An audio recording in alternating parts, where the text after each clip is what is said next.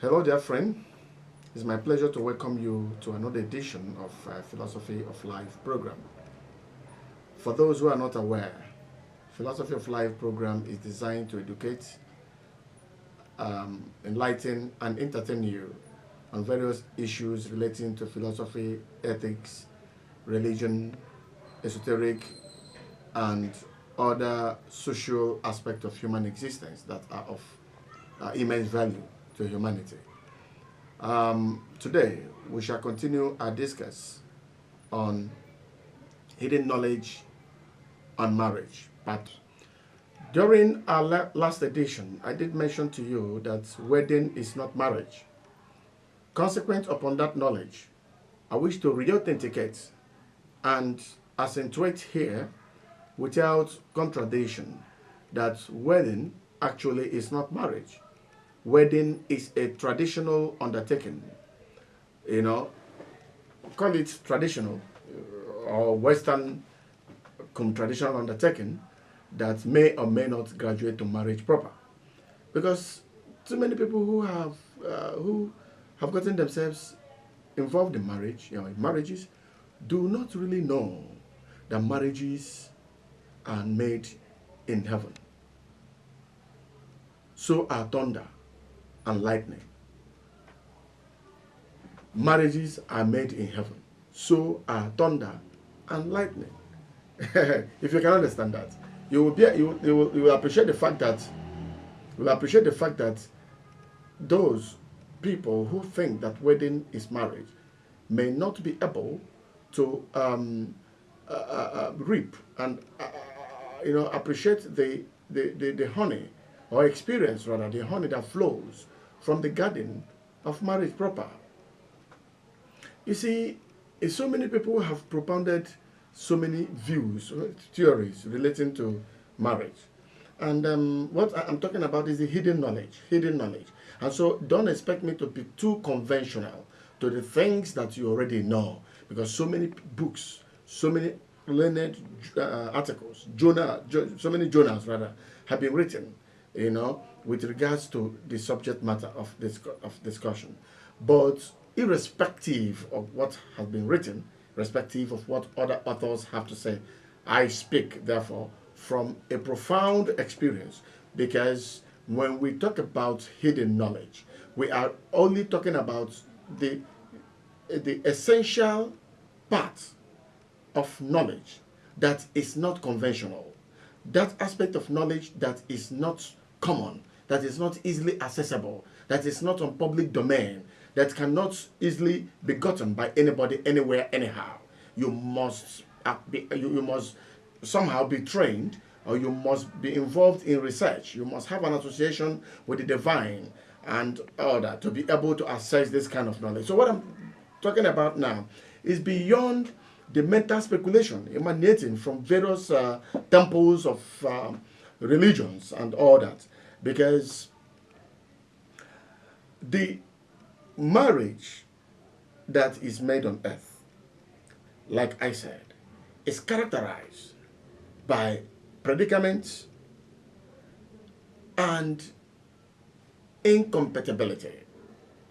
By incompatibility, it grows in error and graduates in divorce. You see, the science of divine knowledge reveals that two errors cannot be joined together. You cannot bring two persons that are not destined. As we proceed, you'll come to a point where we'll talk about marriage and destiny. You'll be able to know that someone could be destined to get himself or herself married to somebody. Two persons can be destined to be husband and wife. That is very normal. But you see, what I call error is the coming together of two persons, not primordially ordained and cosmically joined together by the divine. And these people come to the altar and take marriage vows under the platform of incompatibility and maybe error within the platform of incompatibility. You see them coming together, and they are wedded in the church, and the priest will bless them, and everybody will they will be entertained and go. You see, there is something there. I'm not against all those traditions, but there is something there. Beyond that lies the concept of marriage. Beyond that lies the reality of marriage, because every woman came from a source, a dimension. The same is associated and related to every man. Every man also comes from a dimension. Now you ask yourself, where do you come from? How do you know where you come from? And now, if maybe you are bringing fire, and you are bringing, this basic element, water, fire, air, and earth. You see, these are the things that has constantly been investigated by known scholars and philosophers of old, and even as scientists. Now you discover that you cannot bring two incompatible partners and join them together in the name of religion. And I want to say that so many priests of this era have been able to build their own heavens and build their own hells at different homes as a result of supporting and this kind of institution, and having artificially nourished the idea of getting involved in this kind of relationship. Couples find themselves bewildered. Couples find themselves getting involved in problems. Couples find themselves bamboozled. Sometimes you see someone who is doing well in a particular business, getting himself involved in marriage. The moment he settles down with a particular woman, the business will fall. Have you asked yourself what is the secret behind that? You see, the same thing applicable to the woman. Because you see, when you bring error and unite error with illusion, what do you expect? The first child will be imbecility. Yes, that's the truth. And so when two errors are united together, you don't expect anything like wisdom.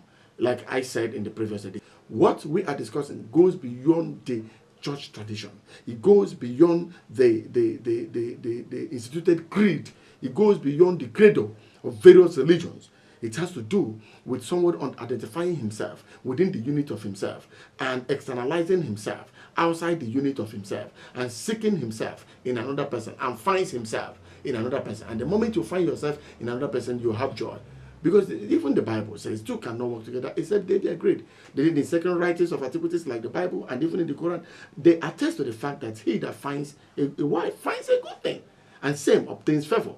So when you find your destined partner, you definitely will obtain favor. But when you find a partner that is not a wife that is not destined for you or not meant for you, what do you expect? Chaos, problems, predicament, near success syndrome, and so on and so forth. You expect to see those things. They are not ordinary, because the person that you are getting involved with is someone that you have not really sought the divine presence to get into it. There are cases where you see someone saying that he's married, and you discover that the person is not actually married, and that is the truth. When you bring two persons that are not supposed to be joined together, when you join them together and you think they are married, they are not married. The divine does not recognize that kind of marriage. That is marriage outside divine approval. I will definitely will come back to this as we proceed. Let it be known to you, dear viewer, that for you not to make that kind of a mistake in life, you must be guided. You must properly be guided, and not being guided by a blind leader. You must be guided by a leader that understands. There's somewhere, is it in the Hadith of Prophet Muhammad or even in the Quran, I can't remember, where it is said that if you want to know, ask those who know. So you must be able to ask those who know. And the Bible says the deep calleth deep. That is in the book of Psalms. So for you to know, and for you to be properly guided, you don't just wake up one morning and begin to talk of things that are not real and invoke them into reality. By talking about them, that does not constitute reality. That is the truth. Mere talking about them does not make such an idea a reality. That is the truth. So, but one must look at foundation of things. It's just like the issue of polygamy, monogamy. People are just talking about certain things related to that.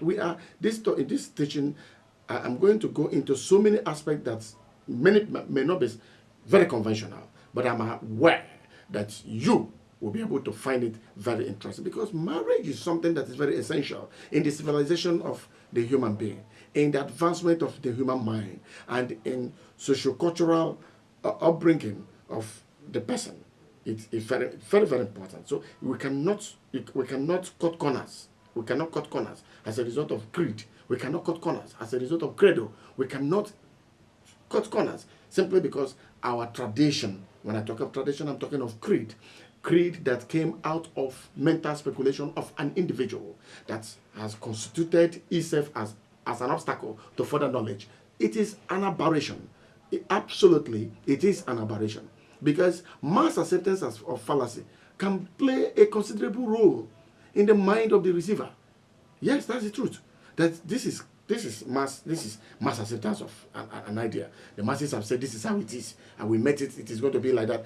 That is not true. We are of the view. I am of the view that if existing theories are not questioned, like I have always said, research will come to an end. Marriage too. Look at what is going on in the world today. The level and the rate of divorce is unassuming. It's unimaginable. Now you ask yourself, how do we stop it? How can this be contained? How can this be controlled? How can human beings live in peace? That you get married to your wife and you know this is your wife. You live in peace with her. Nothing will bring it to proper realization except knowledge. You need knowledge. You need the hidden knowledge. The ones that cannot be preached by your earthly priest.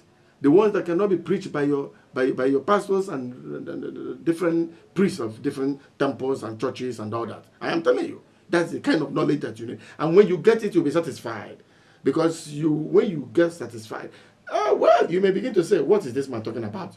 Yes, he who understands a lonely truth, he who understands a hidden truth, rather, is a lonely man. Yes, every truth began as blasphemy. So what I'm saying may sound as, outside reality, outside the conventional knowledge that is very common. That is how truth begins. And when you dig deep, you will understand that what I am saying is not outside the provision of the mind of the